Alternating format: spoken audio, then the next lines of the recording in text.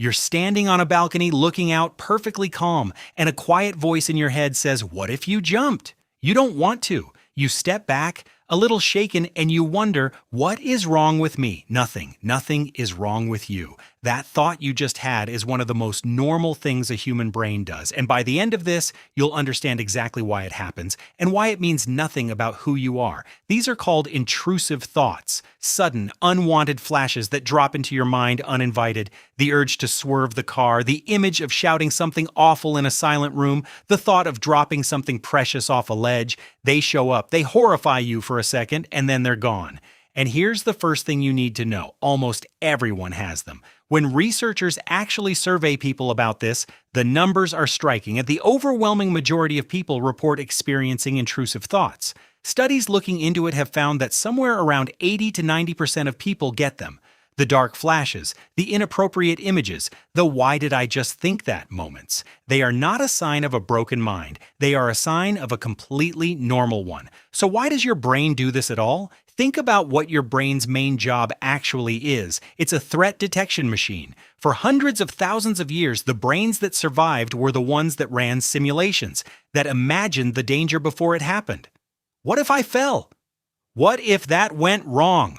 Playing out the worst case in a flash is how your ancestors avoided actually living it. So when you stand on that balcony, your brain isn't expressing a hidden wish. It's doing a safety check. It pictures the edge, the fall, the danger, precisely so it can flag it and make you step back.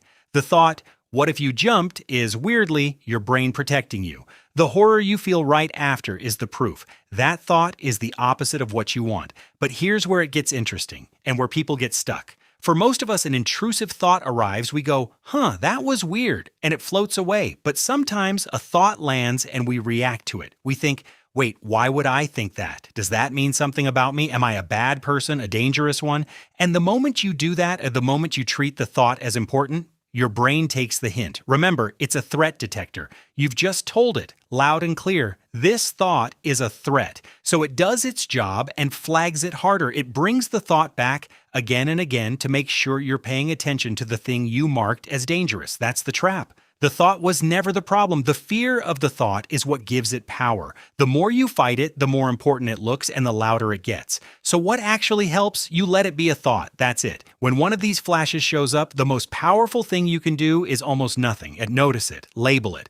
That's just an intrusive thought, and let it drift past without a fight. No wrestling, no analyzing, no punishing yourself for having a brain that does exactly what brains do. A thought you don't feed gets quieter. A thought you panic over gets fed.